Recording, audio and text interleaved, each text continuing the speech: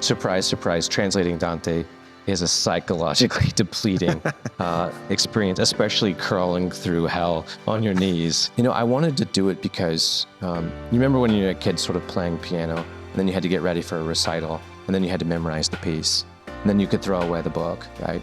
I wanted to feel like that with respect to the master. Dr. Jason Baxter is the director of the Center for Beauty and Culture at Benedictine College. His written works include The Medieval Mind of C.S. and A Beginner's Guide to Dante's Divine Comedy. And he is currently working on an original translation of Dante's Divine Comedy, with the Inferno to be released this month. Listen in as we discuss why beauty matters, the role of poetry in the formation of the soul, and the work of the Center for Beauty and Culture. Benedictine College is transforming culture in America, one conversation at a time. From our studios in Atchison, Kansas, these are the Benedictine Dialogues. All right, Jason, wonderful to have you here in the studio. Great to have you on the show, and welcome to campus as well. It's great to be here. Yeah, so I definitely want to introduce our audience to you, to the work of the center, and maybe to start off, give us a little bit about your background, where you're from, your education, and how you ended up here at Benedictine.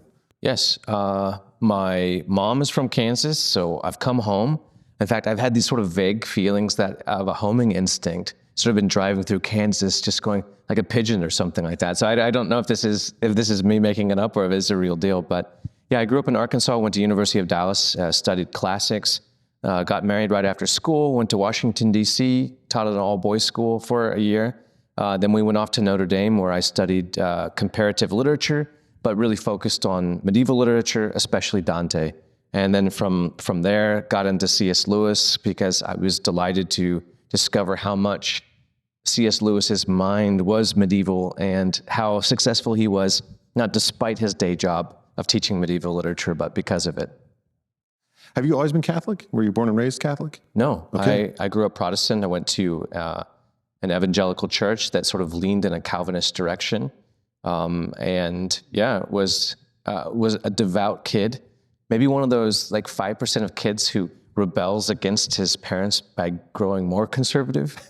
But for me, it was at sort of University of Dallas where all kinds of interesting things happened. But including there was a Eucharistic chapel there. But I was a famous Protestant, and I thought I was like a Samson with the jawbone of an ass, slaying Catholics at the lunch table. And I started reading the catechism so that I could beat the Catholics better. And I think that must have done something. But in the evenings, I would go to the Eucharistic chapel at night and would go and pray in secret, like Nicodemus or something, like slinking around in the dark. And I remember I would pray, Lord, this is so beautiful. I just wish it were true. Lord, I believe, help my unbelief. I must have said that like 1,000 times in front of the Eucharistic chapel. But yeah, so I entered the Catholic Church and proposed to a Catholic girl to become my wife in a very momentous January of my senior year of college. Wonderful. Now, were you interested in Dante as a Protestant, or did that kind of shift in your Catholicism, or how did that work out? Dante is a late love. Okay. I think hopefully this would be encouraging for everyone. I think the first 3 times that I read him, I despised it. Maybe sort of like descending levels of disdain. But the first time I read it, I thought, this is just ridiculous. I don't have any idea what's going on here. And the second time I read it was at University of Dallas with a group of students. And I remember prying out 1 or 2 things, which I thought were worthwhile. But it wasn't until that 3rd or 4th reading where the things started to fit together. And I thought, this is what we're doing. But I think that experience has really influenced my teaching of Dante. Just to know, this is, Roger calls, Dante's comedy the Mount Everest of literature. Everyone knows about it. Everyone wants to climb it, but they're afraid of that thin oxygen at the top. And so I think a lot of my teaching, a lot of my writing has been thinking about a previous version of me. If I had an older version of me, Back to the Future style, right? Just like, no, listen, be patient. Because it very easily could have been, I would have thought that I had read it and moved on in life, and people would say, had you read Dante? I say, yeah, it's no good. Whereas what I really need to do was read it that 2nd or 3rd time, or to have the sort of guide who would force me to pay attention. Yeah. Well, I do want to come back to Dante and your work on all of that, but I do want to, Chris, you're the new director of the Center for Beauty and Culture here at Benedictine College, and thought maybe you'd share a little bit about how you got into that role, as well as your vision for the center itself. Yes. Yeah, no, I think it's this tremendous opportunity. I love my classroom teaching, but in the meantime, I've had this writing, which had a sort of growing audience. And so I've enjoyed this kind of outward facing aspect. And this is something where we can really do both. And I'm thinking about the Center for Beauty and Culture as a kind of laboratory for beauty. And I don't want people watching this or listening to this to laugh, but we're really thinking about making Atchison, Kansas, the center of the arts in North America. Let's do it. And the vision is, what if you could get major speakers? What if you could get critics? What if you could get artists and interesting people working in the arts to come to Kansas to nourish our students here on campus, but then to work in these collaborative relationships?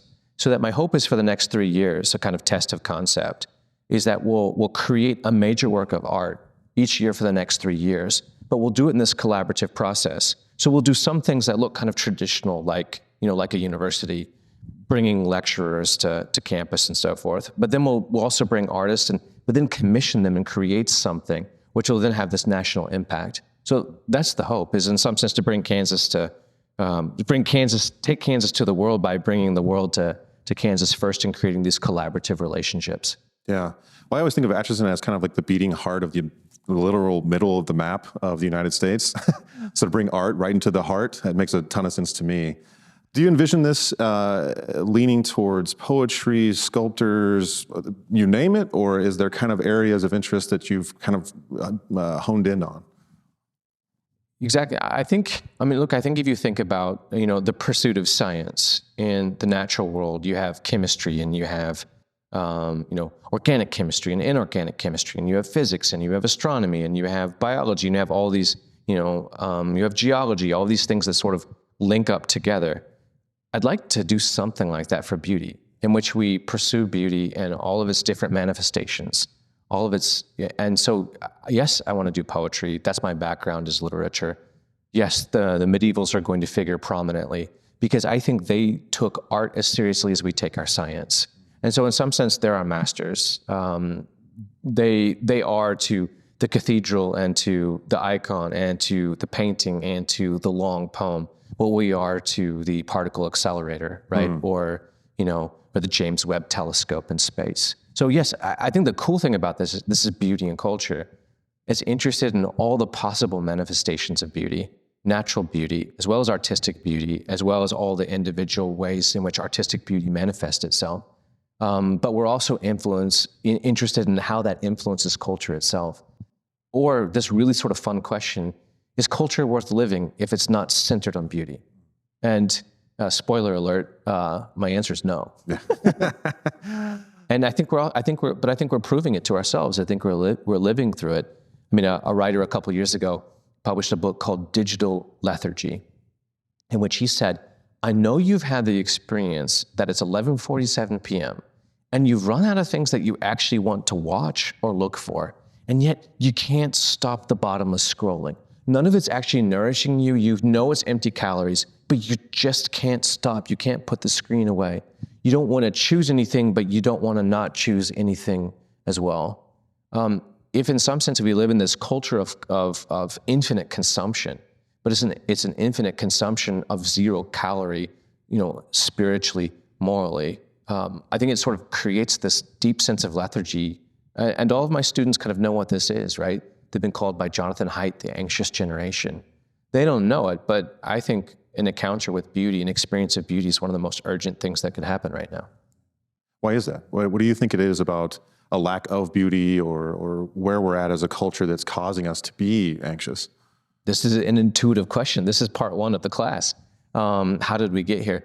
The Korean philosopher, as I always jokingly say to my students, your next favorite Korean philosopher, Byung-Chul Han, says in his book, Saving Beauty, for us, the experience of beauty is now impossible. For us, the experience of beauty is now impossible. And so the first part of my class that I'll be teaching with my Angelico fellows this fall is exploring that idea. Why does Byung-Chul Han say, for us, the experience of beauty is now impossible? And I think it's an interesting story. It's an exciting story. It's a long story. It's a story that C.S. Lewis knew needed to be told because he was an expert in 16th century literature. The literature that was being made is at the very end of the Middle Ages, right as the scientific revolution was beginning to happen, this kind of competing paradigm for understanding the world. So the story goes back to the scientific revolution. And the term that I use two terms for it, fancy and pretentious terms, which I explain to the students. But the one is the mathematization of space, and the other is the mechanization of the world picture. But, René Descartes, the French philosopher, as everyone knows, who's had algebra inflicted on them, invented the graph, the grid. But over the course of time, especially during the Enlightenment, there are all these attempts to see if you could take this grid-like thinking and apply it to things which were not fundamentally mathematical. And the Enlightenment has the great sort of legacy of seeing if you can control people, seeing if you can control societies, right? Seeing if you could treat people like data points whose vertical functions are graphed, right? And the Enlightenment explicitly says that kind of stuff, and it's some of the times they're so direct that it's horrifying. So that sort of enters the mathematization of culture enters in, especially with the Enlightenment, but then gets perfected during the Industrial Revolution. So that now we live in this world that a French sociologist, Marc Augé, wrote an unlikely bestseller in 1999 called Non-Places, an anthropological introduction to supermodernity, right? Everyone has that on his wish list, right? Everyone wants that in his stocking for Christmas.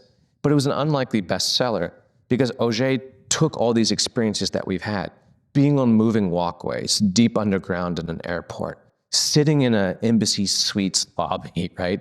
Oh, in an international airport, being on a light transit train, being on a cloverleaf, being in a parking lot in a strip mall. You could multiply these experiences. And he sort of did an anthropology of these places, and he called them non-places, by which he meant spaces which had been so radically reduced to the mere transportation of goods or information that they felt empty even though they were fast. Augé said that we've created a world in which it's not just non-places, but the non-places were beginning to be patched together like a patchwork quilt. And that's what he called supermodernity.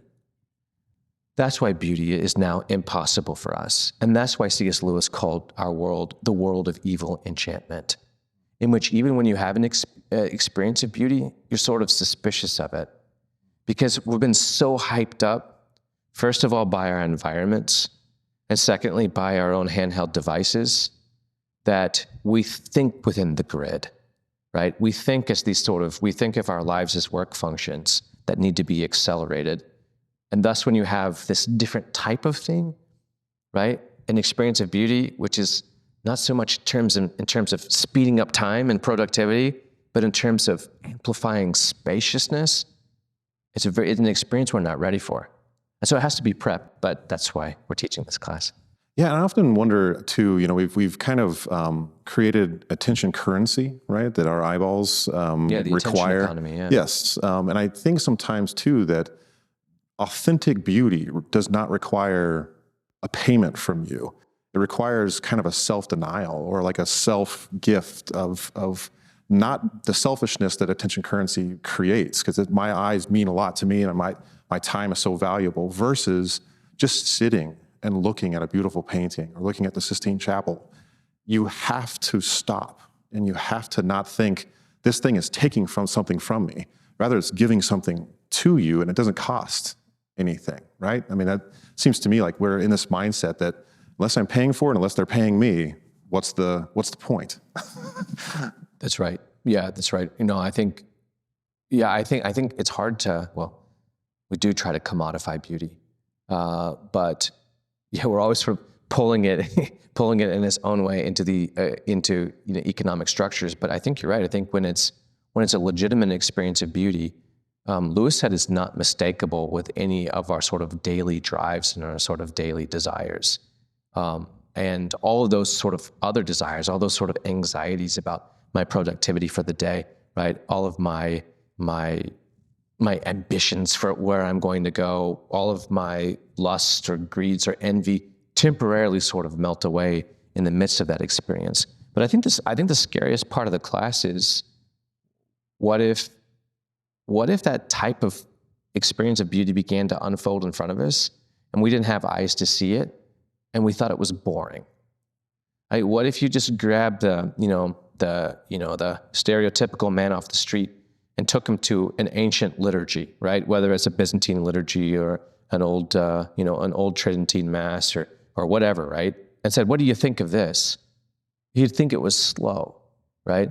And I think I've seen that happen numerous times, right? Is that students come in with the loftiest expectations, but really, Bach, it hasn't been sort of reduced to a pulse, right? We began with talking about the difficulty of Dante. So I think that's kind of both the challenge and also the scary part is that we could actually be in the presence of beauty, but think it was boring because it felt to us slow. But we're the ones who bring the mechanized speed with us. Yeah. There's also a bit of a unfortunate class distinction as well when it comes to these kind of high beauty moments, right? So you end up thinking, well, that's for the rich to enjoy Bach, or that's this is your Hauerwas talking. Yeah. Yes, exactly. But to me, I mean, beauty's for everyone, right? But unfortunately, the average man on the street doesn't think that's even for them. That there's a disconnect there for them, so they don't even know how to have ears to hear Bach or how to have eyes to see the Sistine Chapel.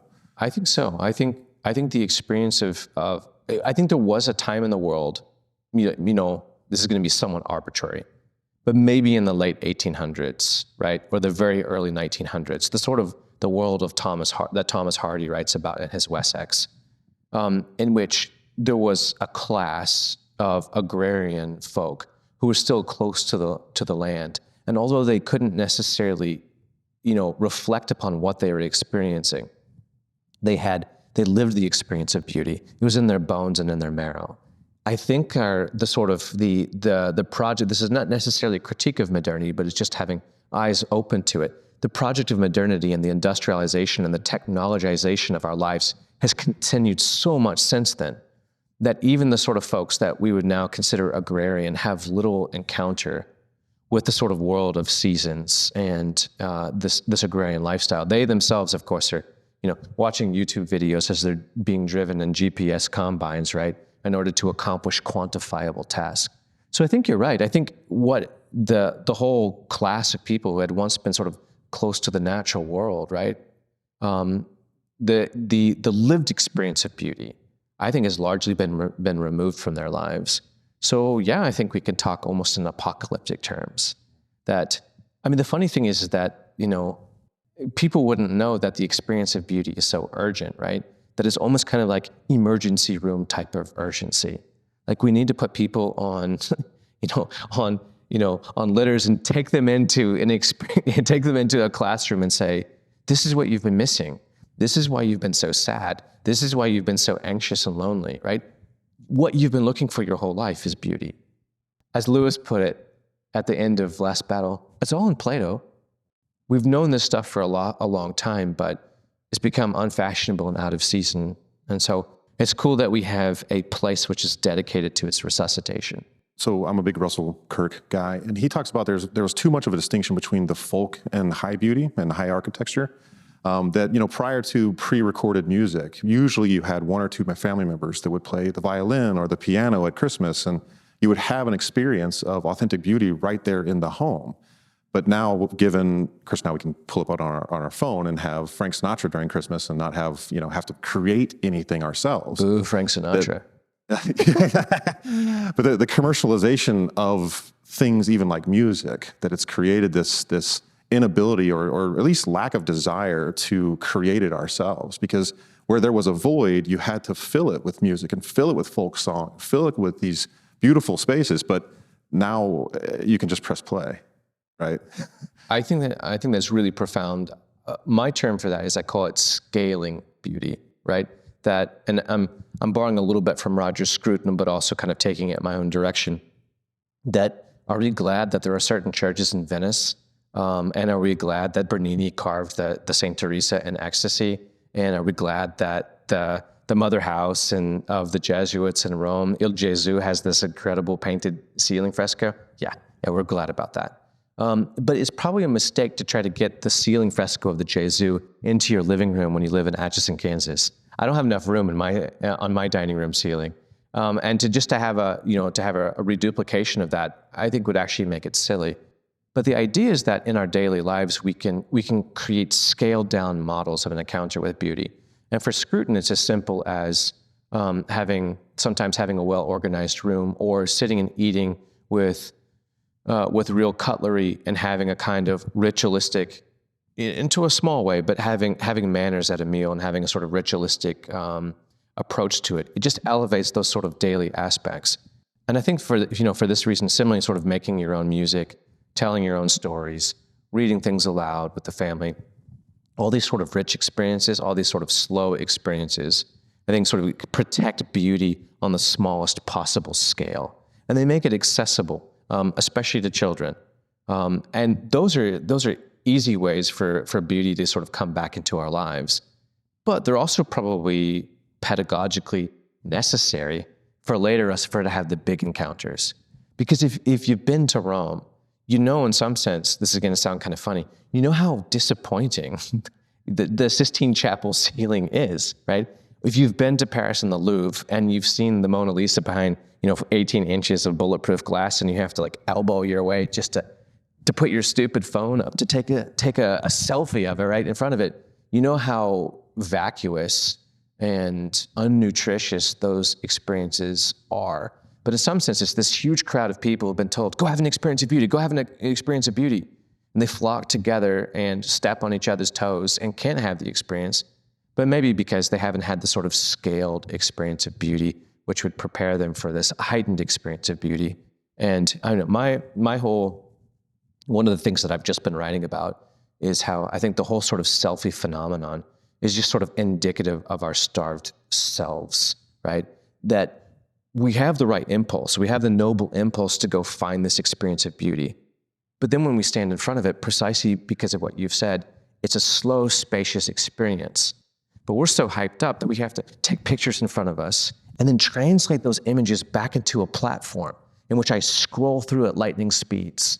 Now I've recontextualized the experience of beauty in my accelerated life, and now it makes sense, right? So I think we have some work to do, and one of my kind of guiding insights of how to run the Center for Beauty and Culture is that it has to be ecological, in the sense that, if you take certain species, famously the orchid is a delicate flower, and drop it into, say, the middle of the prairie of Kansas, it won't survive because it needs all these other nourishing elements for it to work together. I think the experience of beauty is like that. The reality is we probably have natural geniuses. We probably have Michelangelos walking around among us. And they're not Michelangelos because they don't live in the ecological environment in which beauty and arts can actually flourish. And for that, you need an interested audience. You need students who care. You need critics who write about it. You need professors who try to figure out what it is. You need, of course, artists. You need, of course, patrons. You need this whole kind of balanced ecological system for beauty to flourish. And I think that's why it's difficult.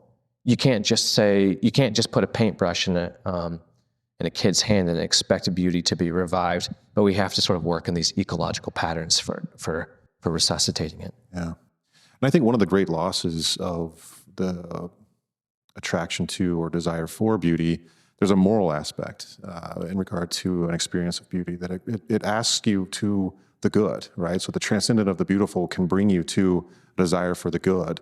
And sadly, when you remove the beautiful from the regular experience, from the everyday man, the morals are going to reflect that, right? Scruton talks about that quite a bit in the fact of architecture, right? You surround people with ugly architecture, you will end up with ugly people. And I think we're seeing that downstream, that we don't have the regular experience of beauty. It seems to me that one of the fundamental mechanisms of the experience of beauty, as I like to tell my students, is that when I encounter something beautiful, this is plagiarizing Lewis a tiny bit, I always feel a slight note of sorrow that it's over there and not in me. And the experience of beauty is really to take that experience and not to stream it, but to download it. It's not just to see it, but to be it. is not just to see it, but I want to eat beauty. I want it to become part of my being. And I think when you talk about connections of morality, maybe you could even say that in some sense, beauty is the beating heart of the virtuous life, right? Beauty is what actually makes me wake up in the morning and want to be honest, even though it's difficult. Beauty is what makes me want to be courageous, even though I believe I'm in times in which everything seems to be coming unglued, right? In some sense, that's what sort of protects all those other moral virtues, but it's the aliveness and the desire for eternity.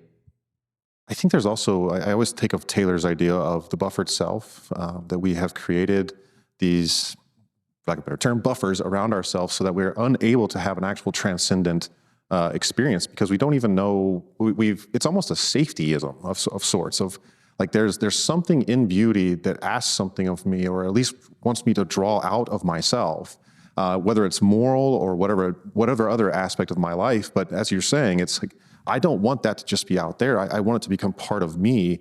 And that often calls you to the tape. Like, what kind of life are you living? What are the things that you're not living up to in accord to what is beautiful in this thing? And the buffered self requires, I'd rather just stick away from that so that I can live my life in the peace and happiness of my own decisions, right? And by peace and happiness, perhaps we mean comfort and predictability and control over all the details of my life. But yeah, I think this is great. Again, as Lewis says, it's all in Plato. And Plato knew that the experience of beauty was dangerous. And, of course, for him, the sort of prototypical experience of beauty, which is dangerous, is falling in love, right? Because when you fall in love, you don't feel like doing your homework and you could get bad grades and your whole sort of career trajectory could go to pieces if you can't, exercise the virtues to keep that all together. But in some sense, yeah, the experience of beauty is a tiny bit dangerous, right? Because it's demanding and because it's not chiefly concerned with us feeling comfortable about who we already are. But it wants us to change. It wants us to open up our hearts radically and be capable of things we weren't previously capable of. And that's frightening. But I think it's also, I think it's just also sort of telling when you think about this is that in some sense conservatives have completely abandoned the pursuit of beauty, right? It's become the cultural property of the progressive left for a half century. And conservatives have just continued to crank out these reproductions of old masters. Like, I mean, how dead, how dried up, how arid, how desiccated is that we're still reproducing, ancient works of beauty, which are legitimately beautiful, but we can't make anything new. And so I think these things, in some sense, the left has become has so lost touch with what beauty could be. It's lost metaphysical sense that beauty is built into the DNA of the universe. And so it merely pursues these shocking things. And it's kind of goofy. Right, I get it. But in the meantime, if the conservatives have just abandoned the whole field, right? This energizing ability to refresh our hearts and souls. And by just creating things from the past, we're just making safe images that everyone feels comfortable around. Whereas if we're going to make new works of beauty, they're going to be slightly challenging and they're going to be slightly uncomfortable. This is not necessarily like weird chalk art, right? But they're going to be more than we can handle at the present moment, and it's going to be a little bit scary. And that sort of aspect of beauty, I think, we need to recover. You could call it the shock or the surprise of beauty.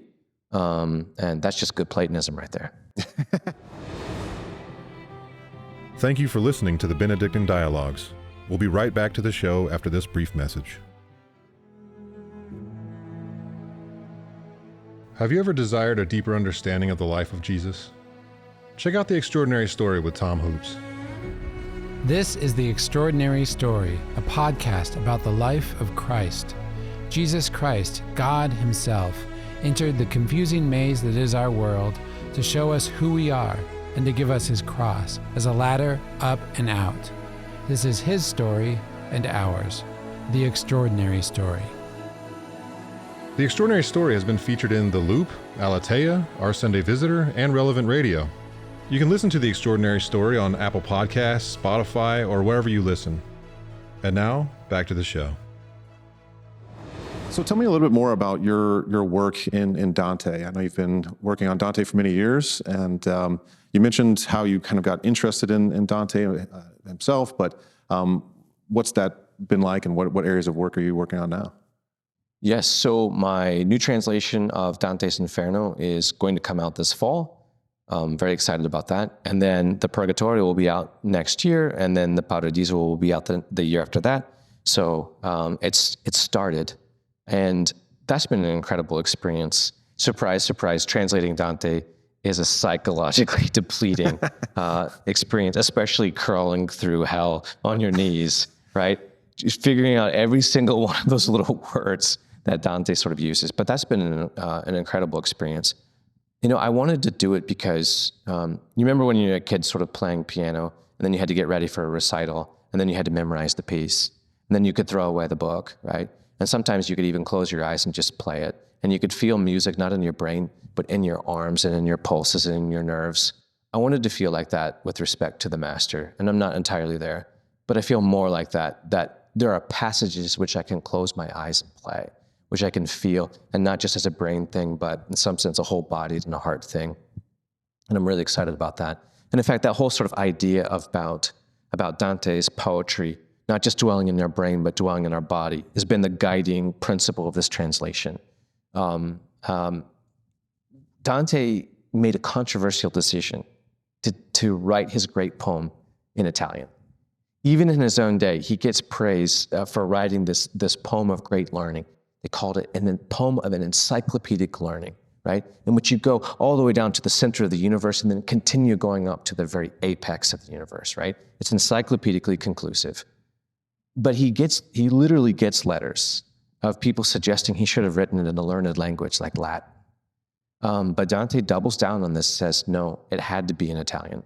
And I think for him, the reason that it had to be in Italian is he knew intuitively what cognitive psychologists have now proven to us, that when there's a gift of speaking your mother tongue, that it's close to the earth and it's close to the body, and it literally registers differently in the brain.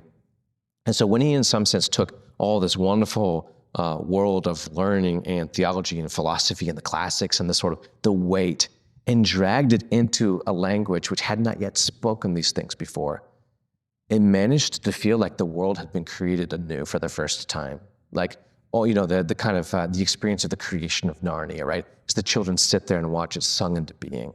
So I think so to try to catch those, what you could call radical transfers of registers, right?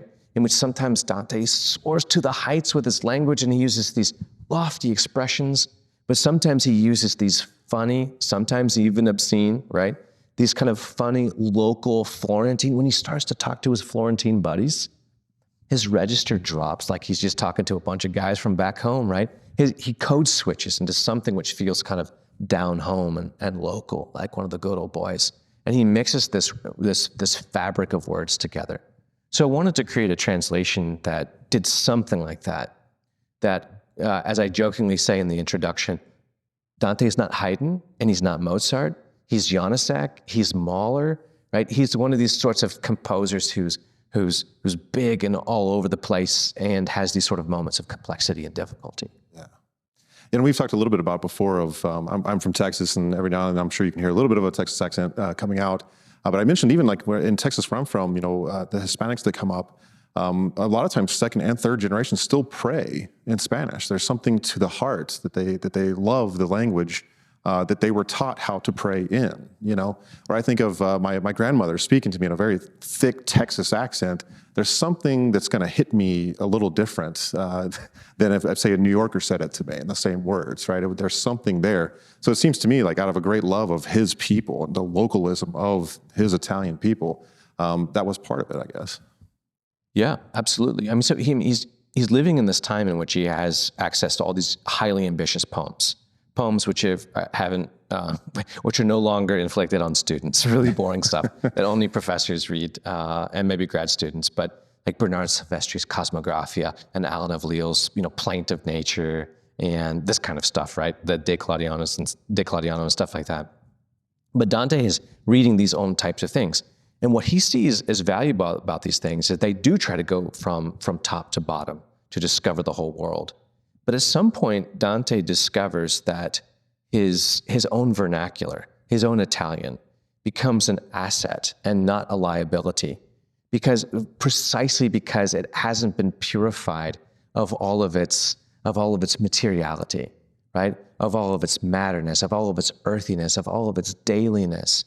And so, in some sense, Dante creates this epic which goes from lived life to the angelic vision of eternal celestial fire. But he's more inclusive in this way because he works in not just the brain, but the heart and the pulse and the nerves as well. Well, let's say someone was at the position you mentioned, like the first and second time you read it, it wasn't really your thing. Let's say somebody's watching or listening that is kind of there. What advice would you give to them to jump in, to take the chance to have Dante change their world? Okay, besides pointing out that there's a great new translation that makes it Exactly. that makes it feel like the most urgent thing since more urgent than Netflix. My whole life I've been writing for that type of person, right? The smart person, the person of moral seriousness, who has felt that this whole sort of domain of our Catholic heritage is too lofty for him or her, right? So I guess I would say, yeah, of course it's difficult, but there are groups of people who are doing this. The well-read moms, for example, are going to be reading this next year. They're going to be reading Purgatory, hopefully a particular person's translation, yeah. Which is, but I think it is difficult, but it seems to me that if our imaginary person is already asking the question, I would say, half of your work is already done. You care, right? You have desire. You're ready to encounter the difficulties. But I've written a beginner's guide to Dante to help people like that. I have video series out there to help people like that. But I think if you can find a group of people who want to do it with you, and you can just have modest ambitions. You could just read 4 or 5 of these little canti, these little short, what we might call chapters, but these little short songs. It only takes about 8 or 9 minutes, right? I'm going to be making my own audio version of the book as well. And so it takes you, maybe 30, 40 minutes to get through 4 or 5.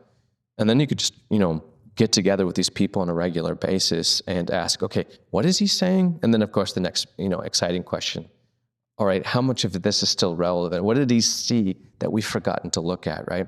Lewis says that part of the reason that you read books from the past is because every age has this spot right here, this cultural blind spot, right? Our age is not entirely evil. We're really good at some things that our ancestors were not as good at as they should have been. We're really aware of some important moral issues. The problem is when we become so obsessed with those things that we think that that's the totality of virtues, that's where the problem comes, right? So to care about questions of equality and justice and inclusiveness in general, those are really important concerns. And I think if you go to a past age and found them lacking, I think we would recognize that they didn't have the virtues that they needed. But in the meantime, they knew some things that we've now forgotten, that have moved off of our cultural radar into our blind spot. And so encountering a very old book, a very encyclopedic book like Dante, in which he presents virtues which we've almost lost names for, is really important for us to help, to discover our own cultural blind spots. Another great place to start, of course, is at our own Media and Culture website, which hosts the series you did in partnership with Exodus 90, which I think offers a great sort of intro into it. And so for me, it always helped whenever I would get into literature to understand the context a little bit. Yes. Before you actually dive in. Because if you dive straight into Dante, you can still get a lot out of it. But right. If you don't understand what was going on, if you don't understand what the project is, if you don't understand even really who Dante was and what his inspiration was, that just helps quite a bit. That's right. And that's also kind of how I teach as well, right? If you say spent an hour giving students nothing but facts, at some point they would stop listening. Even good students, they come in with a certain range of attention span, right? Not necessarily they don't think it's important, but at some point they want to know why they should care about the facts. They want the so what question to be answered. And so that's sort of my hope, is that, okay, let me give you 5, 6, 7 facts, and as soon as I feel you're getting fidgety, right? Like, but let me tell you why you should care.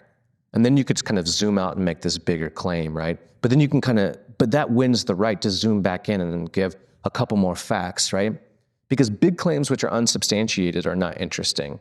But in the meantime, just a sort of, a mountain of facts dropped on you like a pile of rubble is also not interesting. But we have to, I think, sort of constantly kind of zoom in and zoom out on these things. It reminds me of, so I had never experienced Wagner until my doctoral studies, and we watched the entire Ring cycle. And I wouldn't have understood anything except for the fact that we had a scholar work our way through it. So he gave us context. He was figuring out who Wagner was, what is he trying to do, all of the different stanzas that are involved, and everything involved. And it just created this whole world that at first I'd have been like, this is the weirdest thing I've ever experienced. But it turned into a beautiful experience. So it's kind of the whole, to take Dante's own advice, find a guide, find someone. Still need Virgil. We still need Virgil, exactly. Still need Virgils, yeah, absolutely. Again, it's all in Plato, but Plato has the same sort of idea that down in the cave, right? People are sitting watching their digital reproductions of shadowy things, right? And the only way they ever know to get out of that is that someone who's gone up to see the light comes down, liberates them and drags them up and helps them adjust to the sunlight. But I think you're right. I don't think we're not here without teachers. And now in some sense we have this kind of debt of gratitude, which now we sort of pay to the extent that we can try to pay back to our students to honor those who taught us and who set our hearts on fire for the first time. Well, to wrap up, I really want to bring you back on, probably on a regular basis, if you're open to that. And I know we've got a lot of content ideas as well that will be coming out in the coming months. But one of the wrap-up questions I wanted to ask, we've talked a lot about poetry, beauty. Our great mission here at Benedictine College is to transform culture in America. What is it about beauty that will help transform this culture? Yes, Easy question. So. Very easy question, especially because you didn't prep me on it. I think I've spent a lot of time, after I accepted this job, but preparing to come down here. How does Benedictine College, a college in Atchison, Kansas, lay claim to such an ambitious thing to transform culture in America? How do you actually do that without being cynical? How do you really put your shoulder into that and see what happens? And I want to give, a sincere, authentic go at that. And I think, how do you do that? Well, Augustine says that God's beauty is ever ancient, ever new. And I think that our world tends to be the ever new. And we're constantly inventing the next phone, the next generation car, the next thing, right? But also, the trending ideas. And we're so giddily obsessed with the new that we've severed ties with the old. In the meantime, we've already sort of suggested, I don't think the answer is merely sort of reproducing the art of the past, the experience of beauty. We've got to make new things, which are as old as they are new. Why? Because ultimately eternity is outside of time.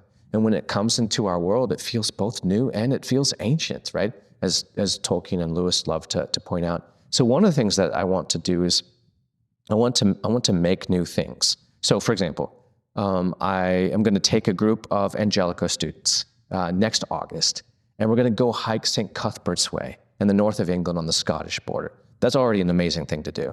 We're going to go from the ruined Cistercian Abbey of Melrose, and we're going to hike 40, 50 miles all the way to the sea, where the ancient island of Lindisfarne is, which is only accessible at certain times during the day because the waters come in and the waters come out. But this is the cradle of Catholicism in England. That's already good. But we're going to make a film about it, and we're going to make a Catholic reality television show / documentary of St. Cuthbert's Way. And hopefully, as we sort of gather energy on this, we're going to be able to commission some original music for the score.